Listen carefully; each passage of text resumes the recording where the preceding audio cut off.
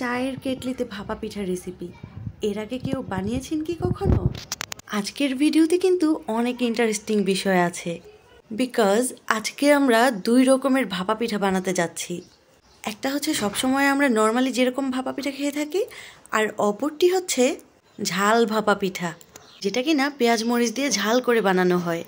যদি ভেবে থাকেন এটা আবার কিভাবে, তাহলে ভিডিওটি স্কিপ না করে সম্পূর্ণ ভিডিওটি দেখতে থাকেন, একদমই না টেনে। ভাপা পিঠা বানানোর জন্য প্রথমে এখানে আওলা চাল আমরা গুঁড়ি করে নিয়েছি মেশিনে ভাঙিয়ে, তারপর সামান্য একটু লবণ দিয়ে পানি দিয়ে হাত দিয়ে মাখিয়ে নিতে হবে, যেরকমটা আপনারা ভিডিওর স্ক্রিনে দেখতে পাচ্ছেন। ভিডিওতে লক্ষ্য করলেই বুঝতে পারবেন এখানে কিন্তু আমরা খুব বেশি পানি নেইনি, আর এখানে হাত দিয়ে কিন্তু দলা দলা করে বানিয়ে বানিয়ে তারপর আবার সেগুলোকে ছাড়িয়ে নিচ্ছি। সো বুঝতেই পারছেন পানির পরিমাণ কতটুকু হবে। তারপর একটা মশারির সাহায্যে আমরা এই গুঁড়িগুলোকে খুব ভালোভাবে চেলে নিব, আর এরকমটা করার ফলে কিন্তু গুঁড়িগুলো একদমই মসৃণ হয়, খুবই সফট হয়। পিঠাটা বানানোর পর খেতে খুবই দারুণ। আবার এখানে অনেকেই ভাবতে পারেন চালুন দিয়ে চাললেই তো হয়। আসলে আমার মা চাচিরা হচ্ছে বাড়িতে এরকম মশারি দিয়ে চাইলে নেয়। এই চিকন কানার মশারি দিয়ে চাইলে নিলে আরও বেশি সফট হয় গুঁড়িগুলা। আসলে এক একজনের বানানোর স্টাইল হচ্ছে এক এক রকম। আজকে আমি আমার মায়ের কাছ থেকে ভাপা পিঠা বানানো শিখে নিচ্ছি, তাও আবার অভিনব কায়দায় চায়ের কেটলিতে। ভাপা যায়? তারপর যাই হোক, আপনারাও কি কেউ আমাদের মতো এরকমভাবে বাসায় ভাপা পিঠা তৈরি করেন কি না অবশ্যই কিন্তু কমেন্টস করে জানাবেন, যারা এই মুহূর্তে আমার ভিডিওটি দেখছেন। আর যদি ভিডিওটি ভালো লাগে তাহলে ইউটিউব চ্যানেল বা ফেসবুক পেজে ফলো বা সাবস্ক্রাইব করতে কিন্তু একদমই ভুলবেন না। তারপর যাই হোক, আমাদের গুঁড়িগুলো কিন্তু আমরা চেলে নিয়েছি। ওয়াসানাত গুঁড়িগুলো দিয়ে একটু দুষ্টামি করছিল, ও তো খুবই খুশি ছিল। তারপর এদিকে কিছু গুড় নিয়ে নিয়েছি, আর এগুলা হচ্ছে নারিকেল কোড়ায় নিয়েছি, আর এগুলা হচ্ছে গুঁড়ি। এই গুঁড়িগুলো প্রথমেই ছোট্ট একটা বাটিতে দিয়ে তারপর নারিকেলের কিছু অংশ দিয়ে দিব, তারপর দিয়ে দিব মিঠাইয়ের গুড় দিয়ে একটু ভালোভাবে ডেকোরেশন করে নিব। আর এই কাজটা আমরা কিভাবে করছি সেটা কিন্তু আপনারা ভিডিওর স্ক্রিনে লক্ষ্য করলেই বুঝতে পারবেন।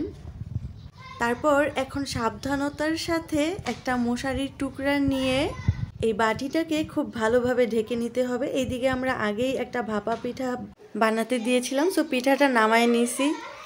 এখন নেক্সট হচ্ছে আমরা এই পিঠাটা কিভাবে বসাই সেটা একটু লক্ষ্য করেন। চায়ের কেটলিতে বাটির মাপটা কিন্তু একদমই পারফেক্ট ছিল। চায়ের কেটলিতে আগের থেকেই পানি খুব ভালোভাবে বলক আনিয়ে নিতে হবে। আর যদি লক্ষ্য করেন চায়ের কেটলির যেই মুখটা আছে ওইটা কিন্তু আমরা আটা দিয়ে খুব ভালোভাবে ঢেকে দিয়েছি।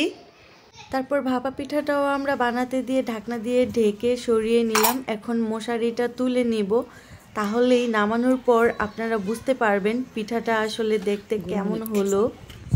আসলে লাস্টের দিকে আপনাদেরকে ভেঙে দেখিয়ে দিব আমাদের পিঠা কেমন হয়েছে। এখন আরও একটা পিঠা বানানোর জন্য আবারও সেমভাবে ডেকোরেশন করে কিন্তু চায়ের কেটলিতে পিঠা বানাতে দিয়ে দিলাম। আসলে অল্প কিছুক্ষণ সময় ঢেকে রাখলেই কিন্তু খুব সুন্দরভাবে পিঠাটা তৈরি হয়ে যায়।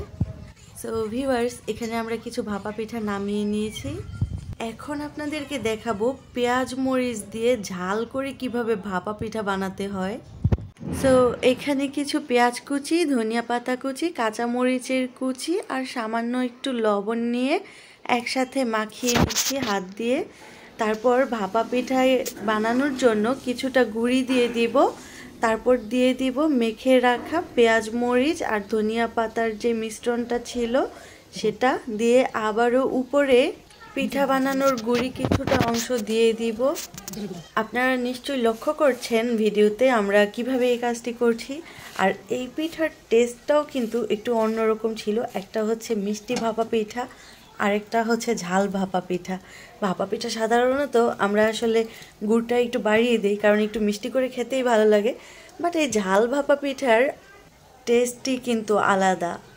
তারপর যাই হোক, সেই আগের মতোই সেম পদ্ধতিতে আমরা আবারও পিঠাটা দিয়ে দিব হওয়ার জন্য চায়ের কেটলিতে। আর এই চায়ের কেটলিটা কিন্তু আমাদের বাসায় একদম ছোট থেকে দেখছি, মানে যখন আমি অনেক ছোট ছিলাম, আমার নানার আমল থেকে।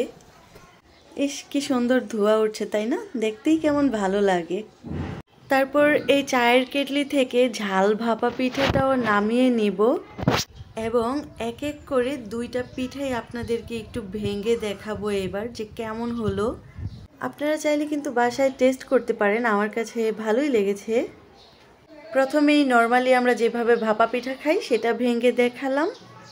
এই হচ্ছে ভাপা পিঠার ভেতরের অংশ। এরপর দেখাচ্ছি ঝাল ভাপা পিঠা, যেটা একদমই নতুন পদ্ধতিতে বানিয়েছি। এর আগে কেউ বানিয়েছে কিনা কখনো জানি না। কেউ যদি এইভাবে ট্রাই করে থাকেন তাহলে কিন্তু কমেন্টস করে জানাবেন। আজকের মতো বিদায় নিচ্ছি, দেখা হবে পরবর্তী ভিডিওতে। সেই পর্যন্ত সবাই ভালো থাকবেন। আল্লাহ হাফেজ।